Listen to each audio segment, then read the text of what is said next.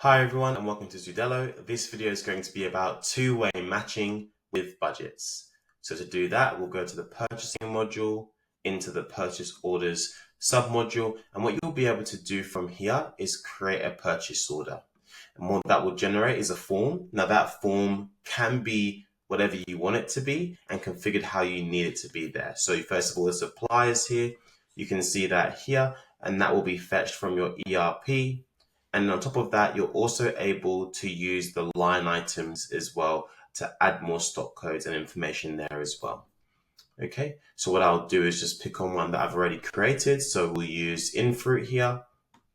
And what you'll be able to see is that I've already populated all the information.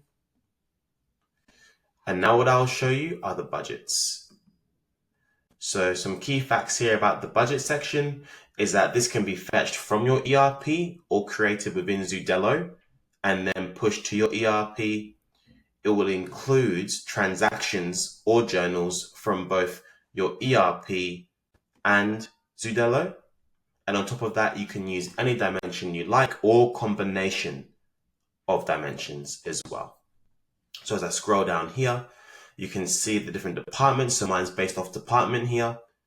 And what you're able to get is a live view of the impact of each line on the budget. So if we were to change this here, let's say I change the quantity here to 100, you'll be able to see that impact on the department budget here. And then if I were to make it over budget, you can see it would show you that. And this could also trigger a different approval flow, any approval flow that your organization currently uses. Okay, so now what I'm going to do quickly is just put this back to where it was. And then from here, you can see that it's affected the budget in different ways. So from there, because it is a purchase order that hasn't been raised yet, you can see it's currently in new spend. Okay.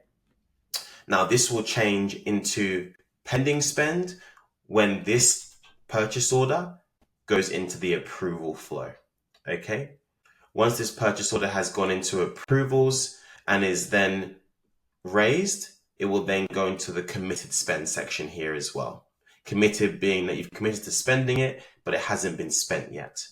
And then lastly, once the invoice comes through and is matched to the purchase order, that's when it will go into actual spend.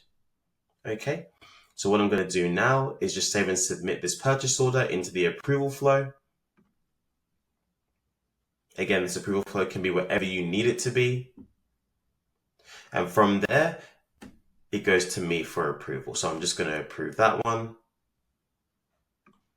And once it's approved, what you'll see is that it will then go into what we call the pending status. Pending status because at this stage, the document has been approved. However, it has not been sent to the supplier to retrieve those goods. So now what I'll do is I'll just place that order so that you can see what happens after that. Okay. So what I'll do is go to the three dots here, click place order. Now at this stage, what would happen is if you have emails attached to your suppliers, it will come up here.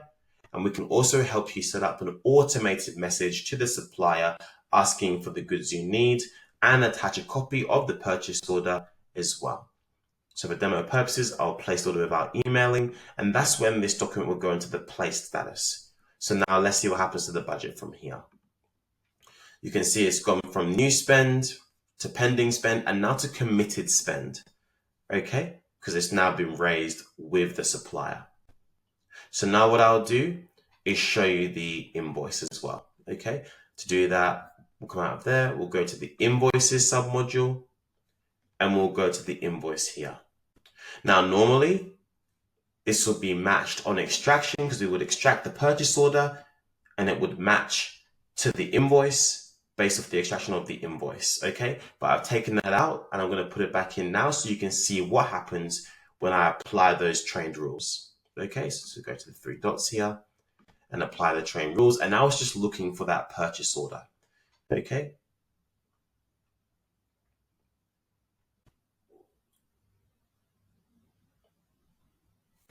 So at this point, you can see it's fully matched being fully matched to the quantity, which is these two ticks here. And then the equal symbol, meaning that it's been matched to the unit price as well. So now what I'll do is just save and submit that one. And because it is fully matched, it will go straight into complete, which means that it's gone into your ERP ready for payment. Now, if you wanted it to go through an approval flow, you can, or if there was a discrepancy as well, it could go through an approval flow too. So I'm just going to save and submit that one.